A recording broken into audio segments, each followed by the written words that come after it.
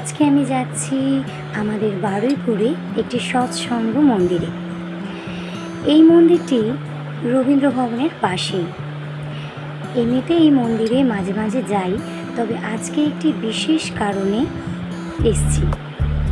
আজকে শ্রী শ্রী বড় মায়ের জন্মদিন উপলক্ষে এখানে একটি মাতৃ সম্মেলনের আয়োজন করা হয়েছে।